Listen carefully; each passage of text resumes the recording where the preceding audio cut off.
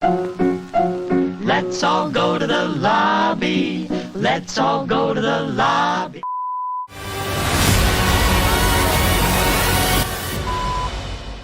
Is it me? So you don't think this is me?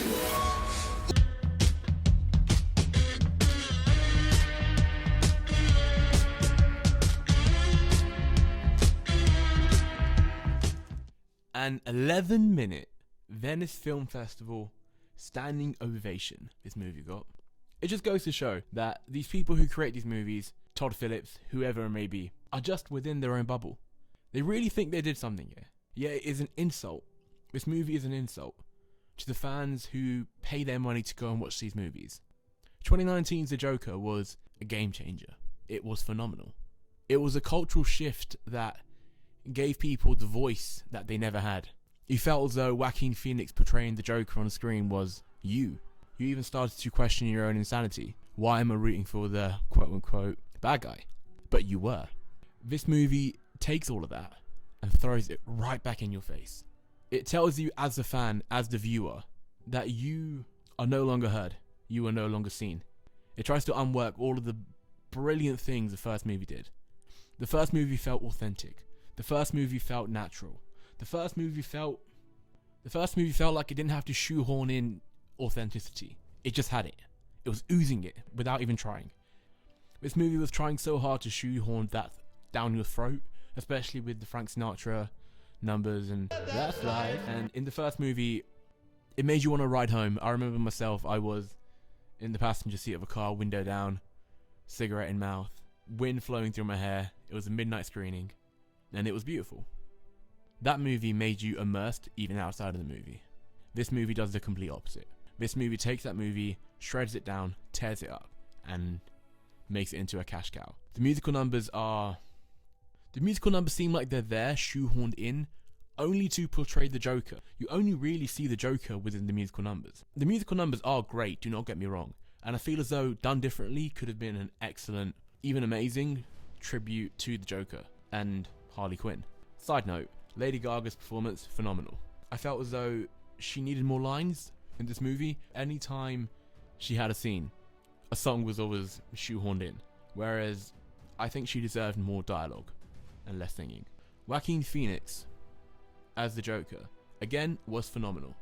You can tell the work he put in outside of the movie. One of the opening scenes he was in, his shoulder blades were protruding through his skin. His spinal cord was showing. You can tell the extent he went to prepare for the role. I feel as though the director, Todd Phillips, and Warner Brothers just ruined it. They just ruined the movie. Took it in a direction that they did not need to take it into. But yet they did.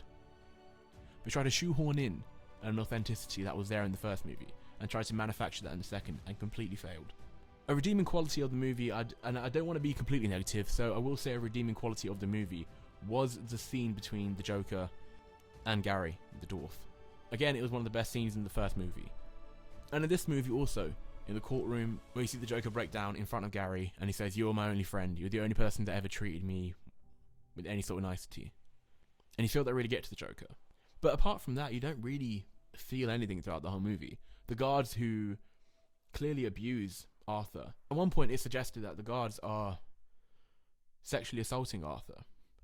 But they don't get their comeuppance. They don't get their just deserves. The justice system does not hit them hard like it does Arthur Fleck. And this whole narrative of trying to separate the Joker from Arthur Fleck and prove his insanity, it just really felt like a slap in the face to the fans who bought tickets to the first movie and the second movie. I personally watched the second movie twice. I watched it twice in cinema. I paid twice, I went twice, I paid for it twice. And I'm the type of person where I rarely ever rewatch a movie or a TV show, let alone go to the cinema twice to watch a movie. That's how phenomenally great the first one was. And this one just did not hit the nail on the head. This one was a complete letdown. And I feel as though the first movie was so successful, and they didn't expect it to be successful. It just was. It was a cultural phenomenon. And they tried to recreate that same success. And the thought process was probably, even if you make half the money that Joaquin Phoenix's original Joker movie made, we're in the green. And that's all I feel this was. It was a chopped together movie. It felt as though there were so many cool cinematic scenes, so many cool directions they could have taken this in. And it just felt choppy. It felt like an amateur at best. What really frustrated me as a viewer was Arthur Fleck being broken out of the courtroom with the petrol bomb, being taken away by the two Jokers to his salvation, and it's kind of alluding to the fact that he might be Arthur Fleck now, and his makeup might be off, but the Joker will always save him. I thought maybe that might be a redeeming quality, that's what I read into it, and then for him to get out and run to the stairs, same iconic staircase where the Joker was waltzing down, having a good dance, in his psychotic episode, just being there, being present, and being the villain that he is, only for Arthur Fleck to walk up those same stairs, halfway up, see Harley Quinn smoking a cigarette, and have her leave him there. The police arrest him. He goes back to prison. The guard has taken him somewhere. A psychotic man who we'd only ever seen briefly in the background of a few scenes suddenly gets the role of a lifetime and shanks Arthur Fleck, shanks the Joker, killing him in a pool of blood, as we see his stone cold look stare at the camera. In the background, he's carving a smile into his face, I guess in a tribute to Heath Ledger. I'm not too sure, but even if it was a very cheap tactic. I've heard a few things about timelines and whatnot. I'm not too aware, but overall, I just feel as the movie really missed the beat. It really did not do the first movie justice, and not every movie needs a sequel.